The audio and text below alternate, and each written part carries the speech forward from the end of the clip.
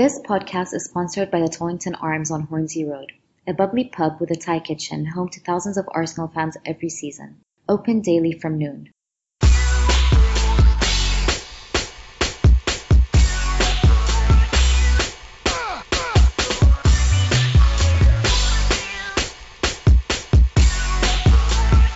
Hello and welcome to another edition of the Gooner Ramble podcast. I'm your host Giles, and joining me tonight are my two drinking pals, Dave Seeger. You can catch him on at Gooner Dave66. Good evening, sir. Good evening, Giles. How are we today? Yeah, not too bad, not too bad. I as you know, I was in the Talk Sports Studios, Towers. Hobnobbing with the Wizzy. Yeah, hobnobbing with the Wiz. Not in the higher echelons of the towers that you usually frequent, but you know, I'm getting there, slowly but surely. You know. And we've also got to welcome back Chris. You can catch him on Twitter at Suburban Gooner. Chris, hello, Chris. How you doing, mate? Good. Ciao. Given that we've got that's hello for Italian. Given that we've got a trip there. Indeed. Yeah, beyond buongiorno. Are you anybody going out there? No. I can't. You, Dave? No. No. I would have loved to, but wrong time of the year for me. In fact, I haven't been to a last 16 game in ages because it always falls around the wrong time of year for me. But there you are. What did you think of the draw? I haven't been to a last 8 game in 10 years. Yeah.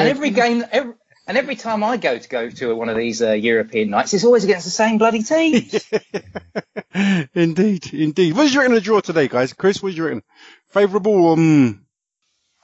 I feel like if we'd have had another random team that was expected to beat, I mean, there would have just been some more complacency.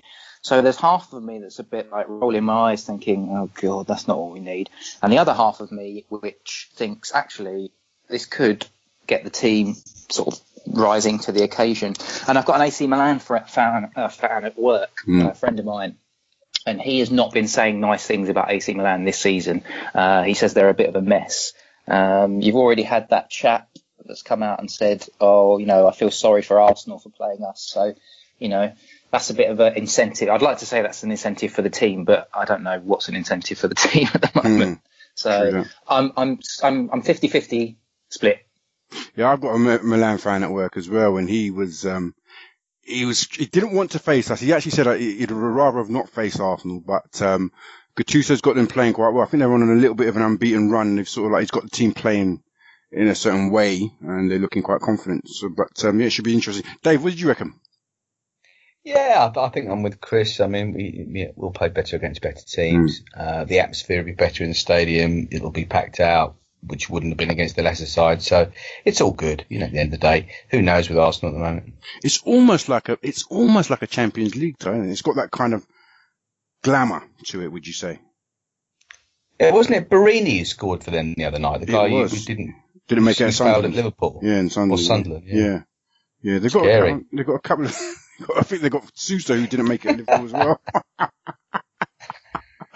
Anyway, let's dial it back to Thursday night's game. We went through in the end, but to a lot of people's chagrin, it wasn't the greatest of performances. It was actually a lot of people saying it was an embarrassment. Chris, what did you make of it? What I found really, really odd, if I just fast forward to what Arsene Wenger said post-game, he talked about we were prepared, but we were complacent. Now, I'm no master of the English language, but those two really seem like the opposite ends of the spectrum. How can you be prepared and then be complacent? I just think the team were just completely complacent, and he as a manager was complacent. The formation was, and the team and the players that played was a little bit bizarre. I've absolutely no idea why Hector Bellerin played 90 minutes. I'm also a bit confused as to why Iwobi came off with cramp, given that they had a week off. And it just felt like it was a collective of players that it was almost like, oh, come on then, let's do this. It's a bit cold. Let's just get this over and done with. And that is really the wrong kind of attitude to have. I think he went down with cramp because there's only so many blind alleys you can run down in 89 minutes. Yeah. He wasn't the only one that had a bad game though, Dave. I mean, it wasn't a night that anybody could come out with any sort of their heads held high, was it really? Not very few, certainly. Yeah, very poor. What did you reckon of Jack in the 10 role, as the people were saying? I mean, not his role, or just one off? I don't think he really. I think it can be his role, but I mean, people would say, "Oh, I was defend Jack." I thought nothing that he tried happened or went well for him on the night, but equally, some of the service, he was getting so frustrated with his teammates. Every pass was short. The balls were overrunning. People were losing control of it. So, I mean, this is not an excuse, but I just think he looked to me like he felt like he was playing in a team that wasn't good enough for him, and there's no excuse for that. But that's how it seemed to me, watching his body language, and the more frustrated he got with everyone else, then his own game. Because I thought he started okay. I thought he was the only one who looked okay. But as the game went on, he got worse, and he just seemed to get more and more frustrated just with the situation, with his teammates, with the way the team was playing. And I guess the extra burden of being captain, he felt he should be the one to get them going, and he just couldn't. And I just felt the occasion and the frustration was too much for him. And I don't know where that leaves him for Sunday, to be honest. But I think because you were there, it looked like a right odd night. It was sparse. They didn't seem like there was much. I could be wrong, but when there's a sparse stadium, it doesn't make for a great atmosphere. I mean, was it kind of like a weird old night there?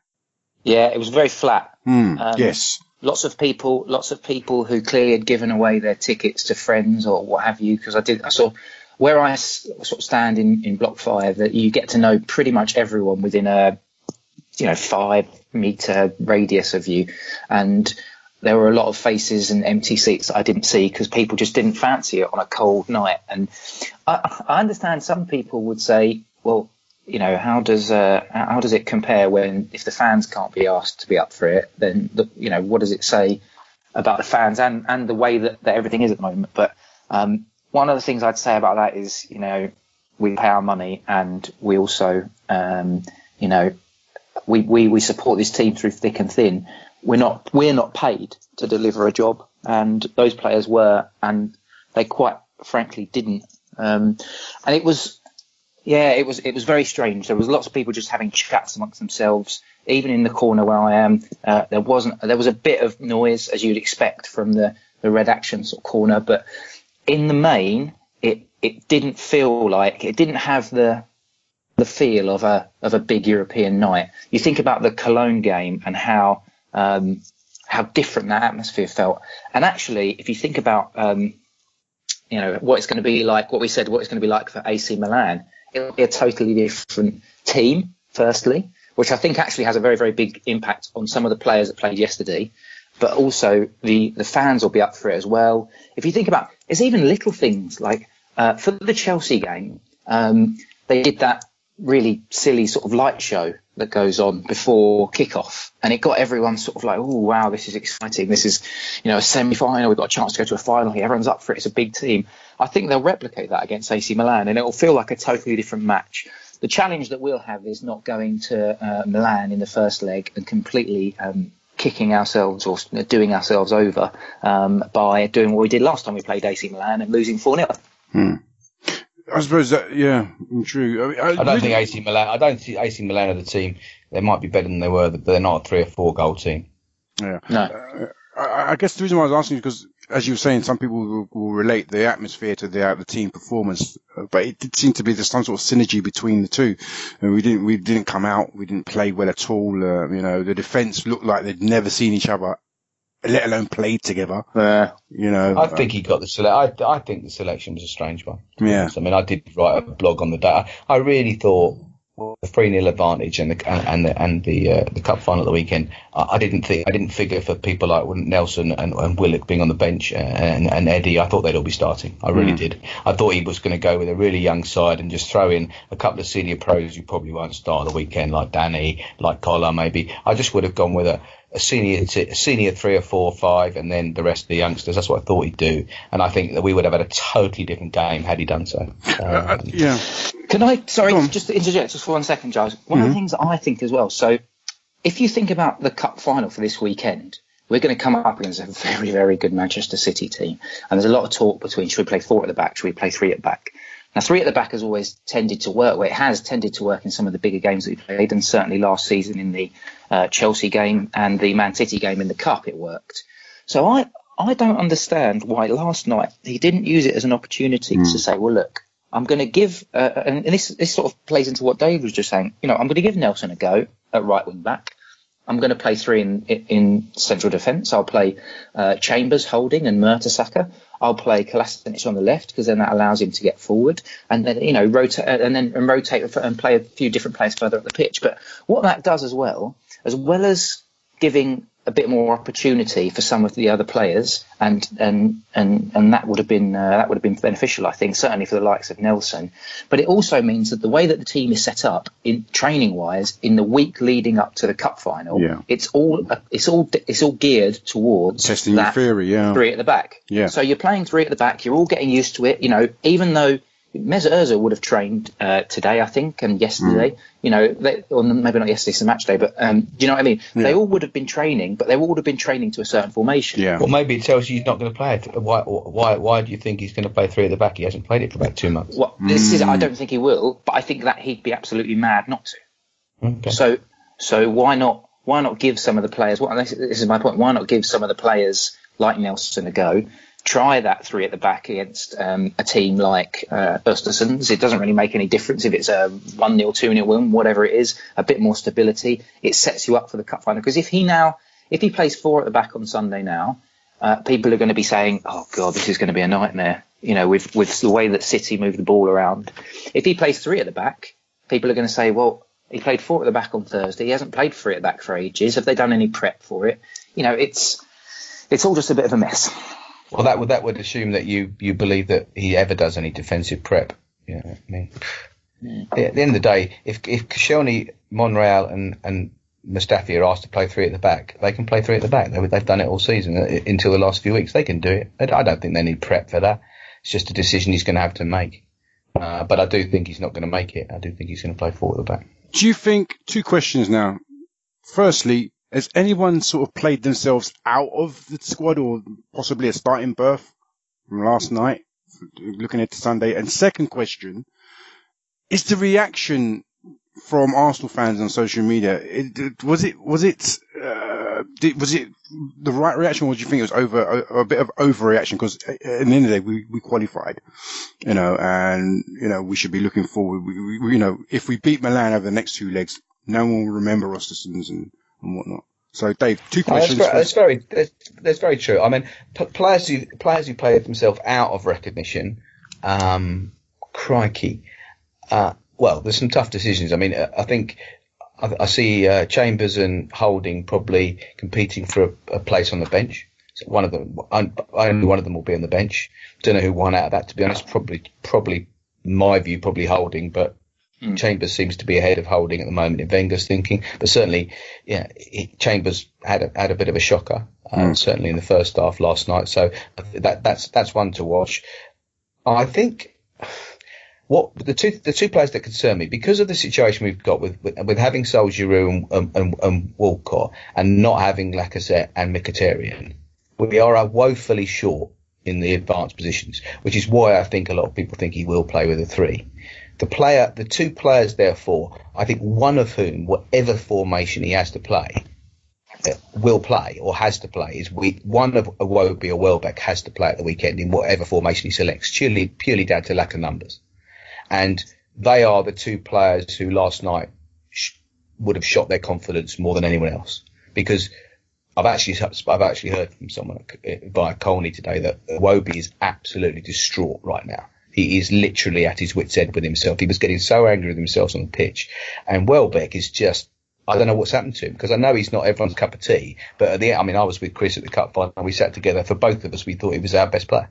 We are talking about a player that was running Chelsea ragged in May, and now looks like he couldn't run a pub team ragged. Well, he couldn't run a pub team ragged. So they're the ones that concern me. And if you asked who played himself into contention, the only player who played themselves into contention was Kolasinac last night for me.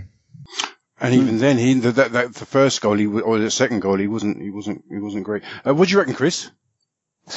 So, played themselves out of cup contention. So here's the thing. I've got a bit of a theory, which is not really a new theory, but I think that when you're playing, and this is often a fairly obvious statement, when you're playing really, really good players, you actually then can look better, and you will look better. And I think we just had a collective of players that all, firstly, couldn't really be up for it.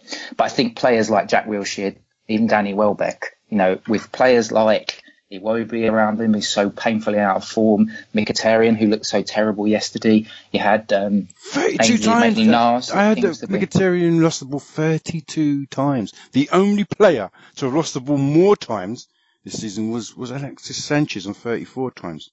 Sorry, just. I'll tell you something. He worked back and won it back a lot of times as well, and lost it again. Also, I saw one corner delivered by Mkhitaryan, which is better than any corner we've played all season. So he wasn't as bad as people are making out, I didn't think. So I would probably say with certain players, Hector Bellerin, he can't play himself out of position, out of form, because we don't really have anybody else. Danny Welbeck, again, I put out on social media my team for the weekend, which is a 3 at the back, and actually Danny Welbeck's in it instead of Iwobi. I think if you shift Danny Welbeck away from the focal point, he could become, again, very, very valuable. I've kind of got the semi-final and the cup final of last year in my mind, and how he just pressed high up the pitch. So I don't think he's played himself. Well, I'd like to think he hasn't played himself out of form, but I think half of it's irrelevant, because it doesn't seem to matter, because Arsene Wenger will pick players regardless of whether they're absolutely on their knees, which is why I have a sneaky. I think if Iwobi hadn't have come off with the cramp, I think if that hadn't have happened, I suspect he would have probably started on Sunday. But I think this almost gives Arsene Wenger an out to say, I'm going to go with Danny Welbeck maybe on the left, Aubameyang up top, and then Özil behind him. But if he's going to play 3, if he's going to play 4 at the back, then he's got a 3 behind Özil anyway. So it will probably be, there might even be both of them. Well, unless it's Ramsey. This is Welbeck's chance to sort of redeem himself somewhat. I mean, some of his, as you guys have already mentioned, some of his best performances last season were in that channel down the left. We have to keep Danny Walker. Although against Chelsea, he was centre forward. Yeah, great. Yeah, but down the left, if he is to play as an inside forward, down the left, keeping Walker occupied will be absolutely crucial to our chances, I feel. And this is the chance for him to sort of win some favour back with Wenger or the fans at least, or even with himself, because he just looks, people were saying he's a lovely guy, and he's got, he works really hard, but there's not a lot of quality. And I don't know if maybe it's because he's been injured so much, but at 27, is he 27 now, going on 28 maybe? What does he have to do to not end up like Daniel Sturridge at West Bromwich Albion? Yeah, I know you're right. I mean, I think he isn't. I think he isn't a centre forward. The reason he was so effective in the cup final is because he just never stopped running against their back 3, and they didn't know who. None of the 3 knew where he was going to be or how to mark him. So he was just trouble. And that is what he does do very well. He just puts himself about and causes mayhem. So if you put him, as you say, as Chris suggested, you have an Ozil and a Aubameyang and a him, he's the one who's going to disrupt things, make trouble, bumble around, and the quality's there around him. So yes, that's entirely a possibility. And I don't think his work rate will never let you down. No, and I don't think when we're playing well, and he was playing up front like against Chelsea, he was there. When we're not playing well and he's playing up front on his own, he just doesn't seem to know where to go. When we're on the front foot, when we're attacking, he's making trouble, he's making runs, he's dragging defenders one side and the other. When the team's playing badly, he's not a centre forward that's going to become a focal point. I think that's the difference. So if you're going to play him, you definitely not him up top when Aubameyang is fit, and obviously so. Chris, the reaction on social media, was it warranted, or did you think it was a bit OTT? I think there's always going to be, because of the polarisation of fans in the Arsenal fan base at the moment, there's always going to be this now. I don't think it makes any difference whether or not we have good results, we have bad results. People have their agendas and they stick to their agendas and they stick to their favourite players or not favourite players. People can be very, very belligerent, and I think that's where we're at the moment. Regardless of what happened last night, there was always going to be some outpouring in one way or the other. So I think we just and sadly, it's come to the stage where it's going to take that massive step change of a new coach stroke manager that's actually going to reboot for some. It's going to be a reboot for some people, but it won't be for others. The only way that we get a little bit more harmony amongst the fan base, although I do wonder if that will ever be the case with social media and opinions being what they are. The only way that's going to happen is if we get in a coach who then takes us on a massive unbeaten or winning streak and we win the Premier League and all of a sudden everything's rosy again. But, that's not in the immediate future, is it? Let's be honest. I'll tell you what was an overreaction, actually, and I've just been guilty of it myself 10 minutes ago by joking about Ostersunds being a pub team. They are definitely not a pub team. This is a team that's knocked some very big names out of Europe this season. They've knocked Hertha Berlin out. They've knocked Galatasaray out. They've played 16 games. They're playing out of season against, a top side in Arsenal in theory, and they took the game to us not just in effort, but in quality, precision of passing, with imagination. And so I saw some idiots last night on social media criticising Bellerin for getting beaten for that second goal by a pub footballer. Well, that pub footballer is a regular Sweden international, will be gracing the World Cup, and they knocked Italy out. This is not a pub player. That centre forward is wanted by top clubs in Europe. They are a good side. Yes, they had a smattering of players who haven't played in top clubs in England. Yes, of course they do, but they are well organised, well drilled, but not just in a boring, dull sense to try and stop teams playing. They outplayed us, they outpassed us, and the manager outthought our manager. So we were bad, and we can criticise our team. What we shouldn't be criticising is the other team, because they were very, very indeed. I take nothing away from them. Yeah, wholeheartedly agree with that. In fact, I'd have that Semet guy. I'd have him at Arsenal. If that's how he plays everywhere, I'd have him at Arsenal. I did say before the first leg, I did sort of call him out as one of their danger men. He didn't really. I mean, he was okay in the first leg, but second leg certainly he showed his form. Ramsey, how crucial is he to our chances, Chris? Or can Jack do the job in the centre of midfield? Who would you rather? For Sunday? Well, I'm a big fan of Jack. I've not always been the biggest fan of Ramsey, but I would put him straight in this weekend, because of the energy that he gives us. He loves Wembley as well, doesn't he? He loves a cup final goal. And I think if you partner him with the right person, he could be absolutely brilliant. And in the right in the right formation as well. So again, if we're talking about this weekend, I say dream formation, but the best that I think that we could hope for would be with the three at the back, with wing backs, and then I'd have Ramsey. And actually, I was talking with Woz about this on Twitter. I'd actually have Ainsley Maitland-Niles alongside Ramsey. Sounds like a bit of a left of field, but the reason I say that is because both of them cover a lot of ground. And when Man City are moving the ball around very, very quickly, if you've got two players that are covering a lot of ground, that could be a big plus point for us. And particularly getting forward as well, supporting. If you're going to play two behind Aubameyang, someone like Ramsey arriving late, it's the right thing. But the biggest question mark about Ramsey is, are we going to get 60% fit Ramsey, or are we going to get 100% fit Ramsey? I don't think we're going to get 100% fit Ramsey, and he seems like one of these players. I think it's you, Dave, that said before he needs to be at 100% to actually be. No, it's brilliant. Not just 100%. He needs to be 2 or 3 games in at 100%. From what I'm hearing, it's a slim chance. I think he'll be on the bench. I don't think he's going to be risked, coming back from a hamstring, and that's what I'm hearing. If he trained well today, that might change. Certainly yesterday, the word was he would not start him. Okay, so if we go, so Ramsey let's say Ramsey's on the bench. If we go three at the back, 3-4-3, if you want, for want of a better term, Xhaka and Wilshere, that's not a lot of legs. I mean, Xhaka's got no legs. No, I think he'll play on Nenny. I think he'll play on Nenny. What, on Nenny and Xhaka? As a two, and then... No, to be honest with you, it's not what I want to see, but if I was a betting man, I think he'll just match up against Man City and he'll go sort of 4-3-3, or like I prefer to call it 4-1-4-1. and he'll stick El Neni behind, as he tried a couple of games. And it worked once, it didn't work against Swansea. But I think he'll play El Neni patrolling in front of a back four with Xhaka and Wilshere, and then he'll play Ozil nominally wide, and perhaps Welbeck or Iwobi nominally wide on the other side. I don't want him to do that. Categorically don't want him to do that. I think that's what he may do. What about you, Chris? Yeah, I think I'm in the same boat. Yeah, go on.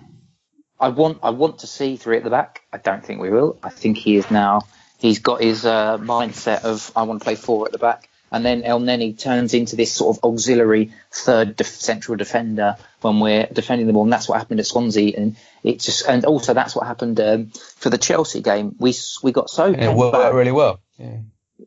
Yeah, I mean, that didn't work well against Swansea. Yeah, but it sometimes works and sometimes doesn't, and I think it speaks volumes to. I think it's just sometimes the players don't really know what they're doing in terms of the way that the structure of the team's set up, and that's when it goes back to what I was saying about we probably can't play a 3 at the back this weekend because, if they've not had enough run up to it. I know what you said, David, about the 3 players have played 3 at the back before, but as a whole team dynamic, it feels like this team needs to actually have a little bit of a work act, a formation and a structure, and can't just because he's been chopping and changing earlier in the season. He chopped it and changed it so much it just hasn't worked. So yeah, fair enough. I think what also whatever rumours are coming out of Colney or whatever words coming out of Colney. I think if we're going to beat Man City, just like we beat Chelsea, just like we beat Man City before, I think there needs to be an element of surprise. And I think there will be something left field that we're not expecting. And I think, it could be that they're saying Ramsey isn't fit, and he is, and he will start. It could be that. It could be something completely different. There's one thing I was thinking about today, watching the match last night, and I don't think this will happen, but this is the sort of thing I'm thinking about. I was thinking if he is wedded now back to the old 4-2-3-1, which is I think is our go-to formation.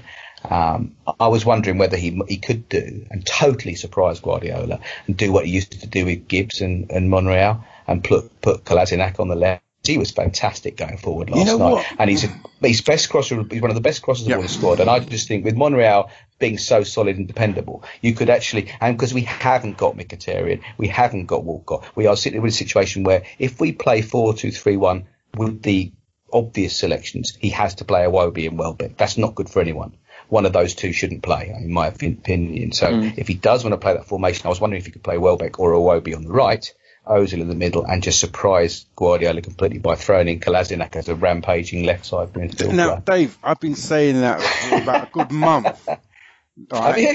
Yeah, I've been saying. I knew I copied it off someone. Yeah, I've been saying, why not play Kolasinac further up? The two, if you've got Monreal and the synchronology is just, it works. It just works, I didn't realise you've been saying that. Every time I look at your Twitter, you're tweeting about some player in Europe no one's heard of. Yeah, that's because I can't be bothered to tweet about Arsenal. or getting banned for putting up videos of something that you haven't got the rights to. Yeah, but you're right, Dave. He's one of the best. The variety, the swaz he puts in his crosses is much better, it's much more dynamic and much more variable coming from that side. Even though more of our chances come from the right, he's got a better quality of output for me. I think it would be the complete left field surprise that would be the difference, and I don't think after what happened on Monday night, Kyle Walker could be feeling too good about himself, and he won't want to see that tank running down on him all the time. So I don't think it'll happen. I'd like to see it actually, I don't think it'll happen, but yeah, definitely, I'm with you on that. How will Man City play? Raheem, there's doubts about Raheem Sterling. Whether Guardiola's playing mind games, I don't know. I don't think he has to. He doesn't really need to play mind games, but apparently it's a big doubt. Gabriel Jesus. But Jesus is back, isn't he? Yeah, something like that. I heard. What's the best way of, obviously scoring more goals than them is the best way of beating them, but how do we combat that? Chris, how do we combat a team like Man City? Can I make a confession? Mm-hmm. I've hardly watched Man City this season because every time I watch them, it makes me just depressed as to what we used to be like. Well, what they do, a good sort of 13 years ago. I think they're going to they would be absolutely mental not to try and just exploit us on the wings, particularly when you've got someone like Bellerin who's played 90 minutes, who likes to get forward. There is a pocket of space just behind Bellerin quite frequently, which can be exploited by their forwards. I think you have the same thing, even if you play Monreal, Monreal's a bit more conservative. He won't get forward as much as Bellerin, but he can still be got at in behind. So I think talk about our fourth top scorer. I love him to bits, Dave. I love him to bits, but he's going to get. If we play 4 at the back, that both of those wide left and right positions are going to have Man City players. If Sterling plays, if Jesus plays, do you know what? Even Aguero wouldn't surprise me. I can just visualise him just drifting over to that left-hand side and looking to some quick interchanges of passes. And you've got someone with the range of either Silva or De Bruyne who will play those sort of into that pocket, and that's my fear. And that's also why I'm almost dreading when the team sheet comes out at sort of 3:00 or something, whenever they do it on Sunday. Because if I see that it's 4 at the back, it will just make my heart sink, because I'll just start picturing those balls into those channels, and us suddenly running back towards our own goal with bodies. There's 2 or 3 sensationally good players who aren't going to start for Man City. I mean, you can't play Silva, Gundogan, and De Bruyne, for example. And any 2 of those you would take at any club in Europe right now. I mean, Gundogan's absolutely on fire, and if everyone's fit, he won't start. He'll play Silva. He'll play Silva and De Bruyne and Fernandinho. And then you've got a situation where if Sane starts on the left, at least we've got the pace of Bellerin. On the right, that's interesting, because if Sterling's not fit, it would be Bernardo Silva, will it, presumably? Yeah. I mean, I don't know. Yeah. He doesn't worry me as much. But he's a different kind of threat. As Sterling would. He's a different kind of threat. He'll play inside. He'll find the pockets of space and give us different. What they do really well is hold that width, isn't it? I mean, Sane will stick, just like what Tottenham did to us the other day. He'll hold the width from the left, and somebody will hold the width from the right, and they'll pin us back. And my mind always casts back to, maybe it was 3 or 4 years ago, Dave, when you spoke about the marionette, when one fullback goes up and the other stays back, and you form a 3. So you switch from a 4-man defence to a 3-man defence when you're attacking. Don't have both fullbacks so high up, because, there's loads of green space behind us. And I really hope that happens with us. I hope that if one goes up, one kind of stays and sits in and forms that 3 in defence, because we'll need to. They will exploit this place. And that's really what worries me. Obviously, De Bruyne is unbelievable at switching the emphasis of attack. His balls behind and round the corner from 40 yards is ridiculous, and they'll be looking to put that on us practically all the time on Sunday, and that really, really scares the living daylights out of me. But as I said today, we need huge games from Mustafi and Koscielny. Exactly. We play 3 or 4, and Koscielny should be well rested. Yeah, but those 2 have to play at their very best. Exactly. It's a big pitch as well, isn't it? It is a big pitch. Yeah, it is a big pitch. We have to be brave, don't we? Do you think we can try and do the rope-a-dope what we did in the first half against Tottenham, and again what we did against Man City last season in the first half in their Etihad, where we sat back and we allowed them onto us, and we kind of broke, and then obviously in the second half we sort of lost ourselves. Do you think would you prefer that kind of style, or do you think we've got to be a bit braver, because many teams sit back? I think that worked last year, because Man City were better than us, but not miles better than us. I don't think it makes any difference what you do against this Man City side. If they're on song, they'll tear us apart. But as we saw on Monday night, you can do that job against them, but we're just not that good at it. No, we're just not that good. Would you rather we be brave and then sort of, and take the game somewhat to us? I would love to see us start at 100 mile an hour for the first 15, 20 minutes. And if he gets us a goal, great. And then, I don't know, Giles, to be honest with you. I'd love to think we had the wherewithal to defend and be resolute and be disciplined and be organised, but I just don't believe that. I don't think any of us do we? No. Not against that sort of creativeness. I think the thing is as well, is what we're my memory isn't the best at the best. It isn't very good at the best of times, but I seem to recall. I think I was seeing some stats today in the lead up to the actual semi-final and then the final last year. We actually went on a few games where we won because I think they were easier games. We picked up a few victories, back-to-back victories, and we're not in that position right now. Yeah. We haven't gone through 4 or 5 games where we've built up our confidence. We are patchy. And that's being kind. So confidence-wise, we're not even in the same position as we were when we played City last time, and they're a better team. So, yeah, I'm not exactly painting a positive picture, am I? But Liverpool beat them, by taking the game to them. Yeah, but they've got attacking options. A different level and attack them. That's entirely different level. But I'd rather we go try and attack rather than sit in and try and defend, because we're better at attacking than we are at defending right now. Of course, yeah. So, anyway, we'll see how that goes. Guys, let's wrap it up here. Dave, give me your predictions. Sunday. Oh, crikey. Well, I'll go. Heart says 2-1 to Arsenal. Head says I think we could lose 3. I think we could lose 3 or 4-1. If I'm honest. Chris, we need to score first, whatever happens. I am afraid I cannot see very positive things on the horizon. I just have this weird feeling. I've said this already on social media.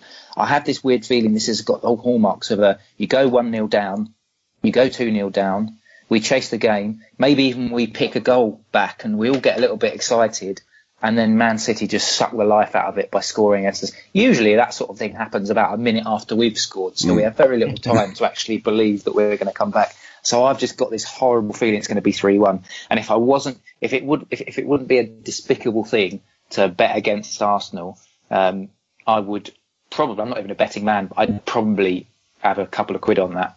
That sounds horrible. I'm not going to do that before anyone chastises me, but it just feels like it.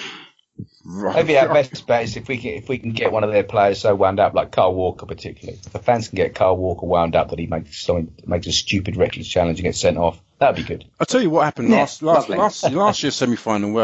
The Silva got Gabriel, didn't he? And that kind of affected them. I wonder if somebody De Bruyne on Sunday will have that effect. That's just one last question just came into my head. Winning the game on Sunday, if we win the game on Sunday, what does that change the outlook for the rest of the season, or is it just because it's Man City that this game is so crucial and important to us? I mean, if it was Bristol City, would it have the same importance? Would it give us the same sort of fillip? Dave? Yeah. I don't know. I mean, obviously, your confidence is going to be high if we beat them, but I just haven't seen anything in this squad right now and this manager that makes us look, even when we have a cracking result. I mean, we stuffed Everton and everyone thought this was fantastic, and we had Mkhitaryan and Aubameyang and all the tails were up and confidence is going to be high, and then we were awful the following game. And that's been the case. Every time we've had a particularly good performance, we haven't followed it up with another particularly good performance. So I really don't think. Well, we've got Man City next game. We've got Man City. So, I don't think. I think after that we can go on a run, and try and flatter to deceive as we usually do. But no, I don't think it makes any difference. I think the only thing that winning on Sunday is, I think, that might make it easier for Wenger to sort of do what the club obviously now want him to do and walk away saying, well, I've won a trophy in my last season. We can all part company on happy terms. That's the only positive thing I can see. Chris, if we win on Sunday. Chris, no, not a jot.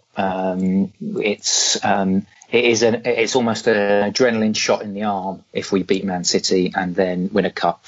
It's an adrenaline shot in the arm that will last us probably half a dozen games. At best, but the real thing is the Europa League does change. If they go on a run and they win the Europa League, I think that puts a perspective on the season that would be certainly more positive from my personal opinion. Win the Europa League, get into the Champions League, and again, you can do the same thing as Dave said, which is ride off into the sunset saying I've delivered a European trophy and you're back in the Champions League. Yeah. Can I just finish this pod with a text from my wife? Go ahead. Go on then. downstairs on my mobile. It reads this. For fuck's sake, you can't possibly have anything else to say. They lost. They were crap. End of. I'll get your wife on next time. She's got a point. That's a podcast title right there. Exactly. Yeah, exactly. All right, guys. I'll forward the text to you. All right, guys. I'll see you guys on Sunday then. Where are we drinking? Are you coming to Moons, yeah? I'll try and fit it in. Yep. What time's the game start? Sorry. What time's kickoff? Sorry. I'll try and fit it in a busy schedule. What time's kickoff? Is it 5? Is it 4:30? 5? It's a 4:30 kickoff. If anybody out there would like to come to JJ Moons and buy Giles a ginger ale, then you're more than welcome to it. Please. Or is it ginger beer? I can't remember. Shut up. You know it's ale. They're all the same. All right then, fellas. Love you and leave you. That's been the Gooner Ramble podcast. Thanks for my friends. Chris, you can catch him on Twitter at Gooner Chris.